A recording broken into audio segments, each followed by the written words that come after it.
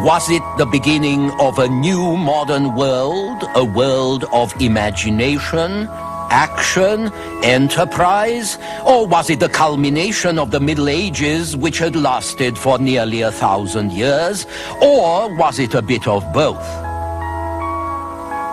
The Renaissance and the Age of Discovery, this time on the Western tradition.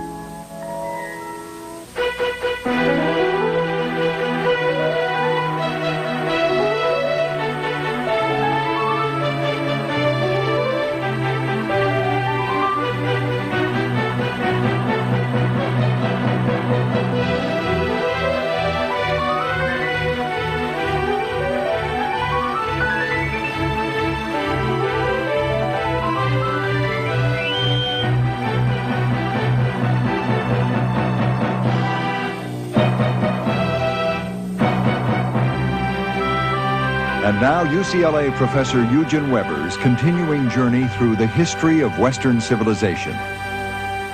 I told you a few programs back that the Middle Ages were invented by the Renaissance. But the Renaissance was invented by itself.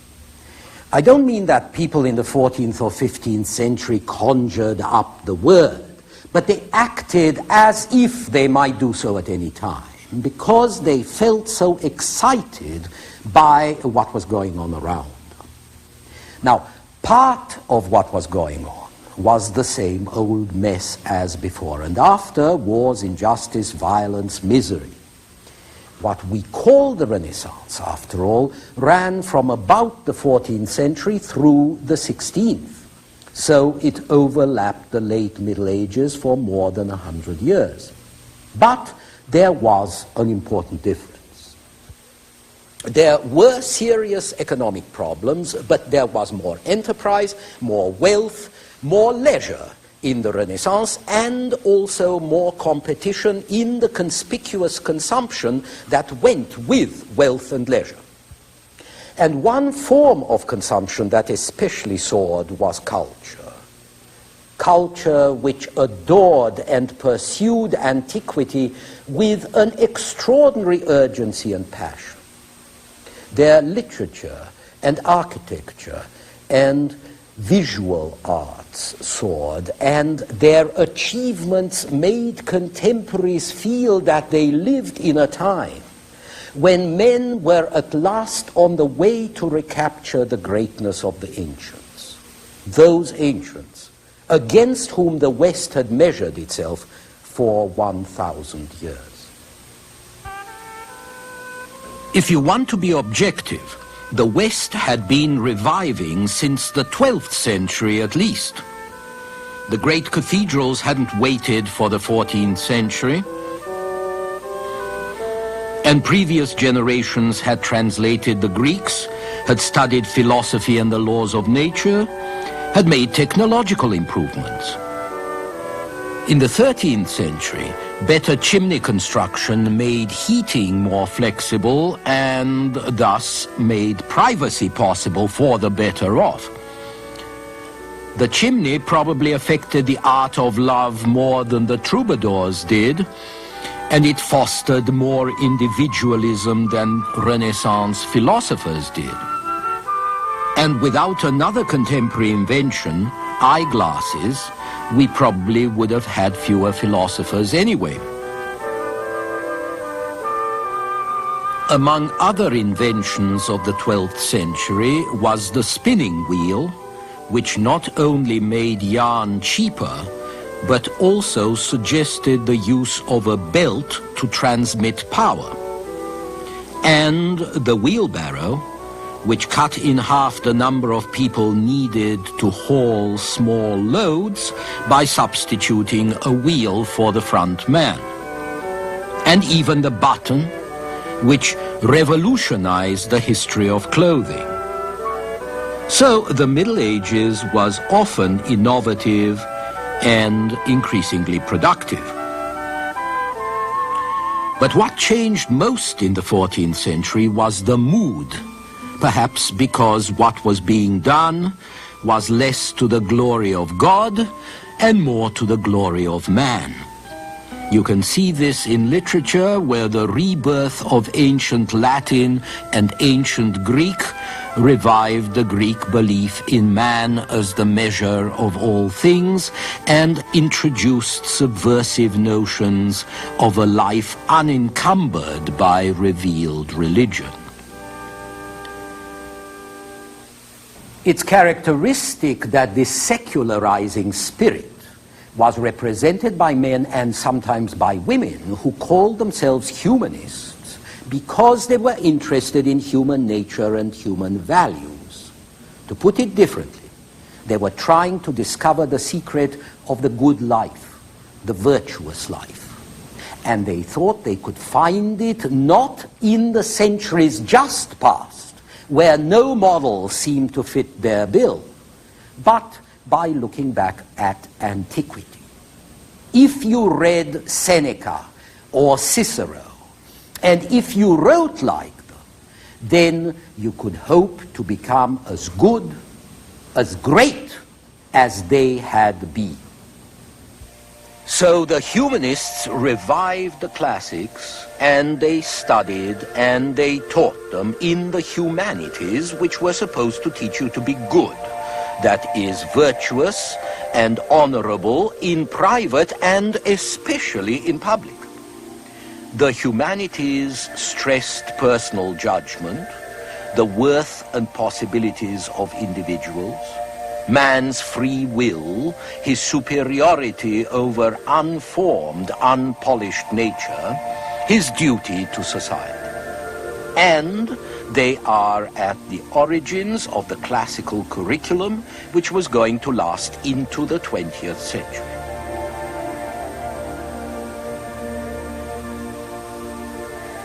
The typical Renaissance humanist was a professional scholar. Today, he would be a professor. Like many professors, a lot of humanists were chiefly interested in splitting hairs or coming out with learned quotes. But also, like some professors, humanists wanted to prepare their students and readers to operate wisely in the world. Ideally, most of these students would be princes or courtiers, or men and women who exercise some power around them. Certainly they would have to be educated because they had to know Latin. One of the most famous humanists of the Renaissance was a Dutch monk, Desiderius Erasmus, who lived from 1466 to 1536. When he wasn't editing texts, Erasmus dedicated himself to teaching morals and culture, good manners, common sense, civility, and the Christian virtues, all of which were as signally lacking in his day as they are today. But I prefer one of his Italian contemporaries, Niccolò Machiavelli. Machiavelli was a less erudite man, but more inclined to think for himself, and what this produced you can see if you read his little book, The Prince. Machiavelli has been much condemned as cynical and immoral because his book describes power politics as they are and not as they should be. But Machiavelli had a lot of experience with politics in one of the most politicized cities of the time, Florence. This is the court of Lorenzo the Magnificent, who ruled the city when Machiavelli was growing up there. In the mess that followed Lorenzo's death, Machiavelli learned to consider politics as a jungle where the strong take what they can, the weak go to the wall, and ordinary people fare better under strong rulers than under weak ones. In a way, Machiavelli simply described what he saw around him. More important, though, he separated metaphysics from politics. Religion or morality or law became just another factor of political action, like armies, like taxes. And this was a radical break from medieval tradition. But apart from Machiavelli, and perhaps I should add Thomas More, most humanists have little to say to us today. Their writings are not very readable, they're overstuffed with classical references and quotes. It's much more exciting and much more accessible to trace the new spirit of the Renaissance in the visual arts, which really illustrate the vigor and the excitement of the time and its focus on human possibilities. You can begin to see the change by contrasting the great mosaics of the 11th and 12th centuries with the work of Giotto, who lived during the late 13th and early 14th centuries in Florence in the early days of the Renaissance. Many of Giotto's contemporaries still created great, majestic, hypnotic figures of authority and power, or else they painted puppet shows in the impersonal Byzantine manner, full of lifeless mannequins in splendid attire. But Giotto's work was affected by the new revival of classical ideals, and especially by the new humanity that St. Francis had brought to religion.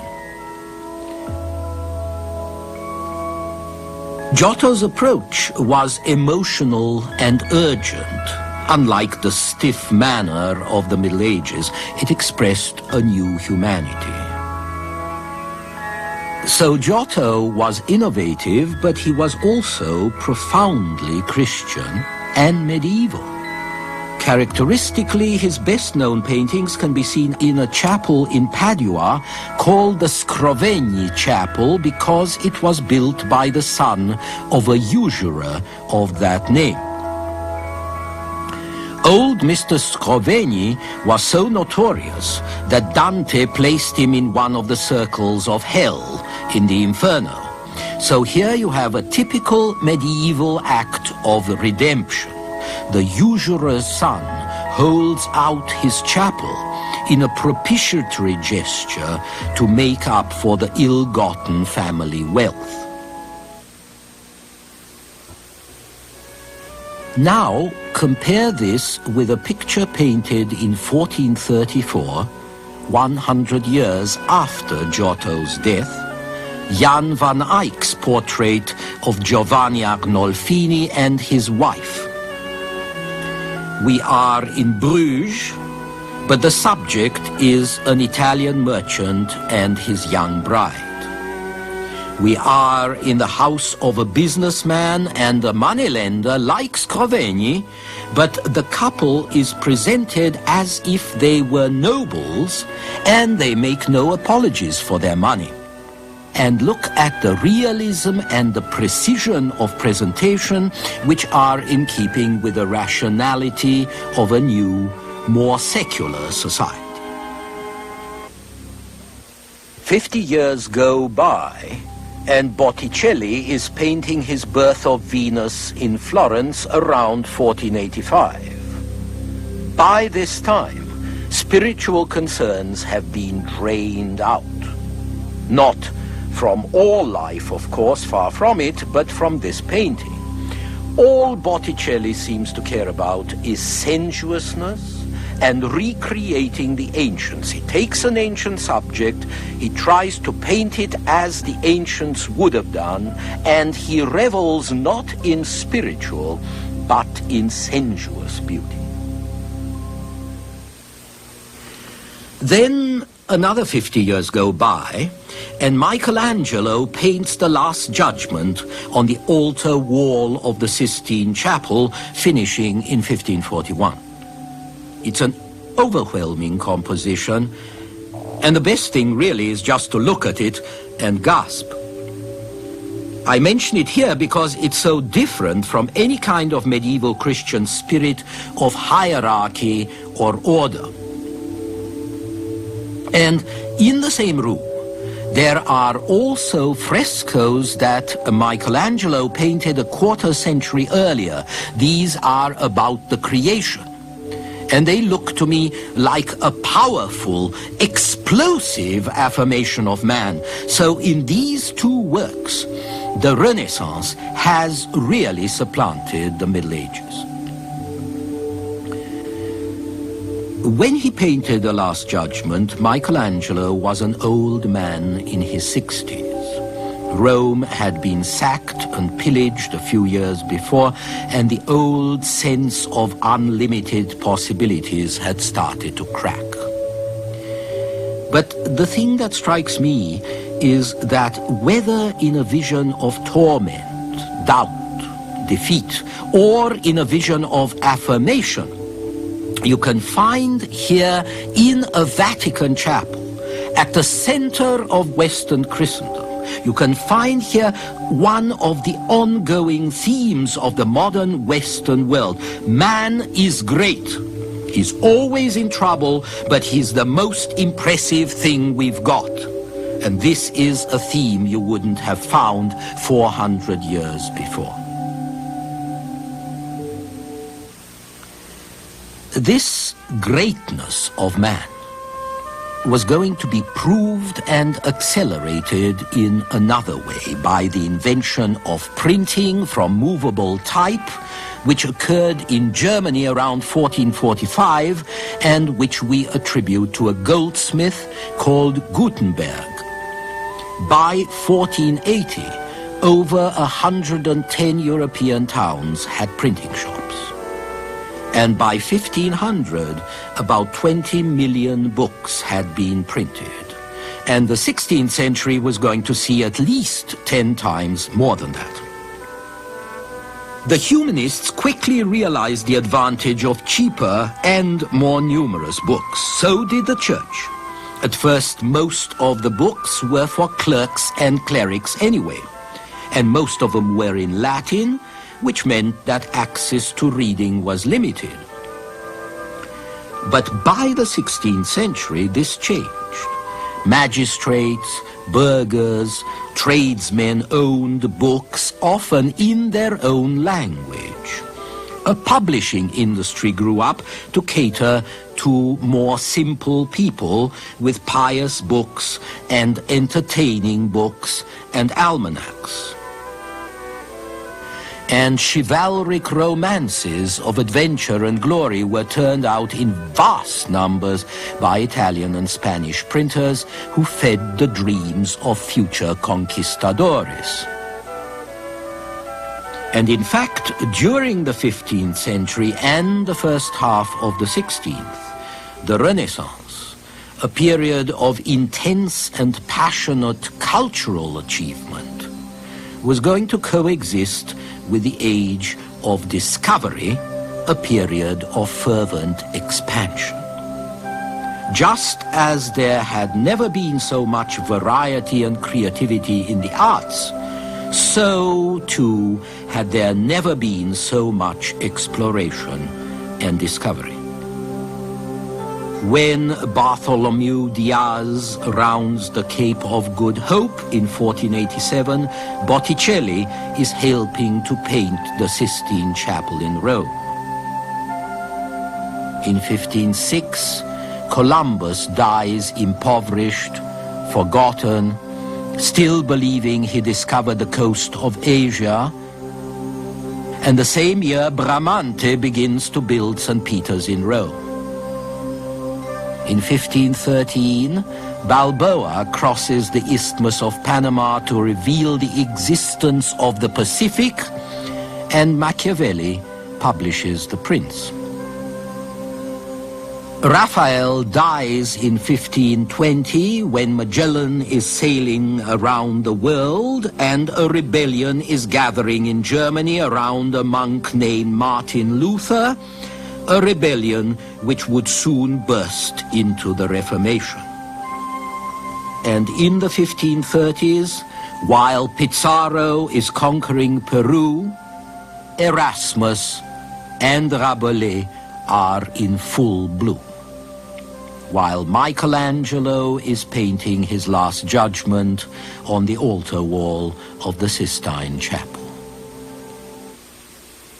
The Renaissance and the Age of Discovery were two peaks of achievement, one of imagination, the other of action.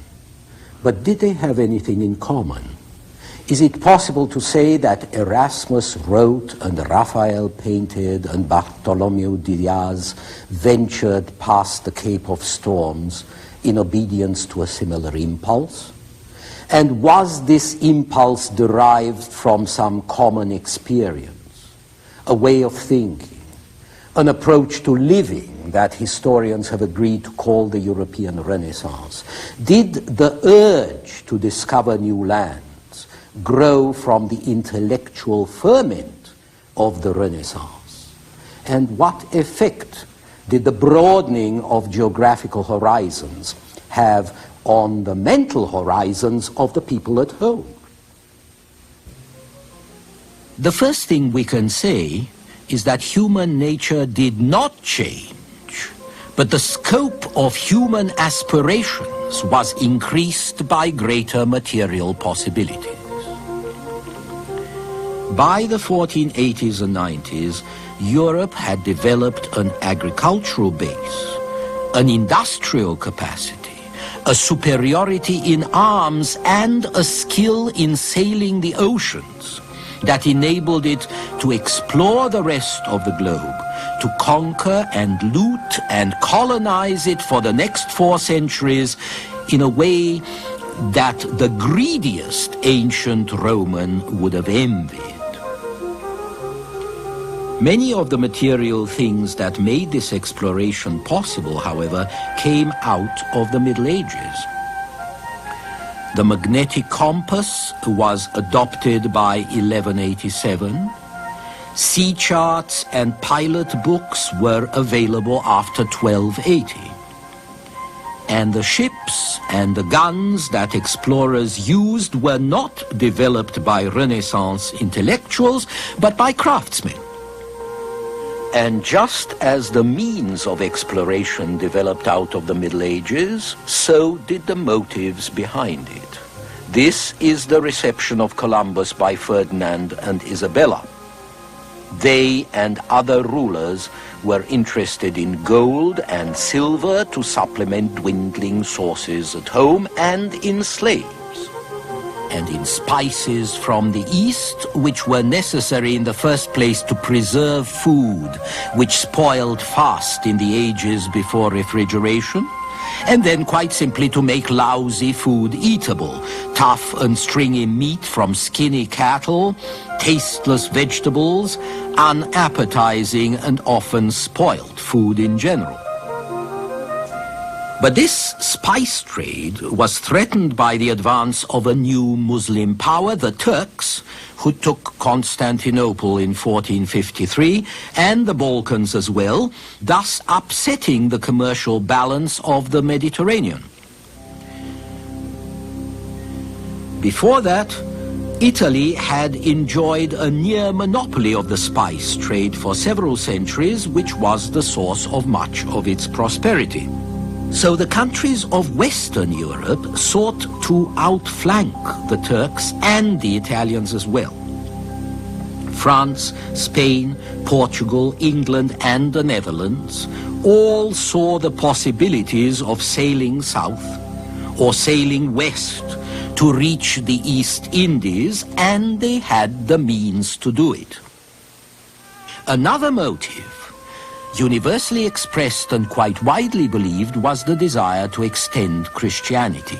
And here too, the age of discovery did not see something new, but the redirection of an earlier medieval motive, which had linked conquest and gain with missionary enthusiasm in the Crusades, which Europe had sent out since the 11th century. This crusading ideal had declined precipitously, but it was revived by the advance of the Turks in the southern and eastern Mediterranean and by the fall of Constantinople. And it was maintained by the war against the Moors in Spain, which only ended significantly in 1492, at which point the Spanish crown finally gave Columbus permission to sail. The most Renaissance aspect of discovery lay in the cooperation between the crown, geographical experts, and highly educated merchants out for profit, but also very curious and increasingly well-informed. And we can find aspects of a new mentality among seamen and travelers as well. We find it in a Venetian called Cadamosto, who said that he joined the Portuguese sailing down the African coast in 1455 and 1456 in order to see interesting sights. And we find it in another Italian, Antonio Pigafetta, who joined Magellan's expedition 60 years later to experiment, he said, and go and see with my own eyes a part of those things we have heard so much about.